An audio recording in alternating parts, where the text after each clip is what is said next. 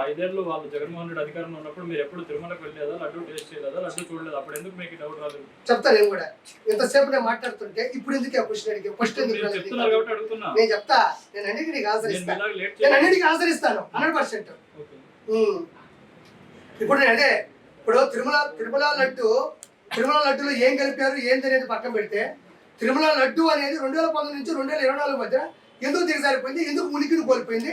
తిరుమల లడ్డూలో నేను చెప్తున్నా, ప్రపంచంలో అత్యద్భుతమైన పర్ఫ్యూములు ఉంటాయి, సుగంధ ద్రవ్యాలు అంటారు.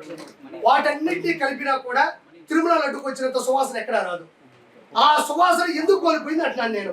ఒక్కసారిగా 2019 నుంచి ఎందుకు కోల్పోయింది, ఎందుకు విచ్ఛిన్నం అయిపోయింది, ఎందుకు బద్దలైపోయింది, ఎందుకు పొడి మారిపోయింది, ఎందుకు నాణ్యత తగ్గిపోయింది, ఎందుకు దాని మీద ప్రేమ జనాలకు తగ్గిపోయింది? మా ఇంటికి లడ్లు తీసుకొని వస్తే మా పక్క నుండి అపార్ట్మెంట్ వాళ్ళందరూ కూడా, ఆర్పీ గారు మీరు అబద్ధం చెప్పకండి, మీరు నిజాయితీ పనులు అనుకున్నావు, మీరు ఇక్కడెక్కడ లడ్లు తీసుకొచ్చి మాకెందుకు ఇస్తున్నారు ఎందుకన్నారు? నేను కవరు చూపించి కూడా ఇది తిరుమల లడ్డు అని చెప్పినప్పుడు ఎందుకు నమ్మలేదు? ఇది ప్రత్యక్షమైన సాక్ష్యాలు ప్రపంచంలో ప్రతి ఒక్కరు చూసిన తర్వాత ఎవరైనా దీన్ని వచ్చుకోవాల్సిందే. ఏదో జరుగుతుందని తెలిసింది, అందరూ ఏమనుకున్నారంటే నెయ్యి తగ్గించారేమో అనుకున్నారు. అసలు నెయ్యే వాళ్ళేదన్న సంగతి ఈరోజు తెలిసింది. జంతువుల పువ్వు. మీరు అడిగినట్టు ఒక సమాధానం, జగన్మోహన్ రెడ్డి ప్రభుత్వంలో మాట్లాడే దమ్ము ఎవరికీ లేదు. నేను చెప్తున్నాను కదా, జగన్మోహన్ రెడ్డి ప్రభుత్వంలో మాట్లాడే దమ్ము ఎవరికీ లేదు. ఇంకొకటి, ఏదన్నా ఒక పొరపాటు జరిగేటప్పుడు, ఇప్పుడు మనం ఉన్నామన్నా, ఇప్పుడు నువ్వు వచ్చి నా చెప్ప మీద కొట్టావు, నాకు ఒక 2 నిమిషాలు పడుతుంది ఇతను ఎవరు, ఎందుకు కొట్టాడు, నేనేం తప్పు చేశాను, నేనేం పొరపాటు చేశాను అని ఎవరికైనా ఉంటుంది. అంటే ఏదో తేరుకోవడానికి టైం పడుతుంది. అంటే తటక్కన దాని గురించి మాట్లాడితే అది పవిత్రమైనటువంటి మన వెంకటేశ్వర స్వామి దేవాలయం. అది ఒక మాట అలిగేట్ చేసేటప్పుడు కూడా చాలా దానికి నిరూపణలు ఉండాలి. ఆరోపణలు ఉంటే సరిపోదు, నిరూపణలు కూడా ఉండాలి. నిరూపణ వచ్చిన తర్వాత ప్రశ్నించాలి. అందులో నెయ్యి లేదా, బాదం పప్పు లేదా, లడ్డూలో బూందీ లేదా, లడ్డూ బాగాలేదా అని ఎప్పుడు మాట్లాడగలం మనం? చెప్పండి, ఎప్పుడు మాట్లాడతాం? ఆధారాలు వచ్చిన తర్వాత మాట్లాడతాం. ఎప్పుడు వచ్చే ఆధారాలు? ఈ రోజు గుజరాత్ నుంచి ఒక 4 రోజుల నుంచి వచ్చినాయి. సమయం కావాలి. నేను అదే చెప్తాను ఒక మాట.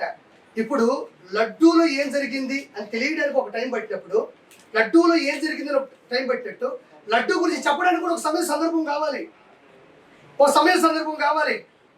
ఇప్పుడు నాకు 16 సంవత్సరాల వయసు ఉంటుందండి, మైనర్ అంటారు, 18 మేజర్ అంటారు. నా దగ్గర ₹1 కోటి ఎంఆర్ఓ దగ్గరికి వెళ్ళి నేను మేజర్ చేసినట్టు అవుతుందా? ఎన్ని కేసులు లేవు? లడ్డూలో ఏదో ఏంటంటే ఒక 50 గ్రాములు తగ్గిందంటే వాడి కుక్కను కొట్టాడు, కొట్టారు, అతనే వచ్చి బయట పెట్టాడు. ఒక ఆవిడ నా గాజులు ఇరిగిపోయేటట్టు దేవుడి మీద తోసేశారని పెట్టింది. ఆవిడ కూడా హింసించారంట, కొట్టడం పక్కన పెట్టారు, బూతులు తిట్టారని ఒక యూట్యూబ్ లో చూడండి. వీళ్ళందరినీ జూనియర్ ఆర్టిస్టుల పైకి వెళ్ళిపోయి క్షమించారు. ఏ ఆర్టిస్ట్ పైకి తీసుకెళ్ళిపోయి ఇది చెప్పమ్మా ఇది చెప్పమ్మా ఇది చెప్పమ్మా అని చెప్పడానికి. సార్ కొండ మీద ఉన్న లడ్డునే చెడగొట్టిన వాళ్ళు, కొండ మీద గోవిందనామ స్మరణాలే రాకుండా చేసిన వాళ్ళు, కొండ మీద భక్తులే హింసించిన వాళ్ళు, కొండ మీద భక్తుల యొక్క మనోభావాన్ని దెబ్బతీసిన వాళ్ళు, 150 నాశనాలు చేసి ఈ రోజు వెళ్ళిపోయి నేనేతో పూజలు టగడగడ గంట కొడితే అయిపోద్దా? 160 తప్పులున్నాయి, 160 తప్పులున్నాయి. 1, 2, 3 కాదు, పైన మద్యం తాగారన్నా. నేను ఈ రోజు కాదు, నేను ఆ రోజే చెప్పాను. మద్యం తాగారు, మాంసాహారం తిన్నారు, నేను ఆ రోజే చెప్పాను. ఎప్పుడో వాళ్ళు అంతంత పెద్ద తప్పులే చేసిన వాళ్ళు ఈ రోజు ఎంటర్ ముందుకు వచ్చి గడగడ వాళ్ళు దేనికి బాధపడరండి, దేనికి భయపడరు. Is and Christians. నేను చెప్తున్నాను, వాళ్ళు అన్య మతస్థులు, వాళ్ళు క్రిస్టియన్స్. మా దేవుడు మాకుంటే సరిపోద్ది, మా దేవుడు ఈ మతాన్ని చెడగొడితే గొప్ప అయిపోతుంది. కొంతమంది గోమడ కరుణాకర్ రెడ్డి ఒకడు, వైవి సుబ్బారెడ్డి ఒకడు, జగన్మోహన్ రెడ్డి ఒకడు. వాళ్ళు అన్య మతస్థులు.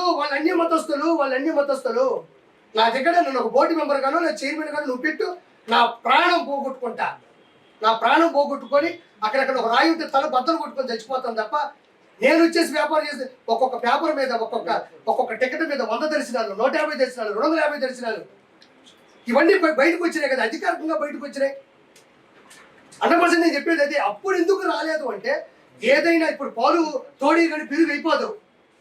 ఒక విషయం మనం చెప్పాలంటే నేను నీ గురించి చెప్పొచ్చు అన్న, నువ్వు నా గురించి చెప్పొచ్చు, అవునా కాదని వదిలేస్తారు. తిరుమల ప్రపంచ ప్రఖ్యాతి పొందినటువంటి హిందూ ధర్మ వచ్చింది, దానికి ఆధారాలు లేకుండా మాట్లాడకూడదు. ఆధారాలు వచ్చాయి కాబట్టి చంద్రబాబు నాయుడు గారు ఆయన మాట్లాడడం జరిగింది.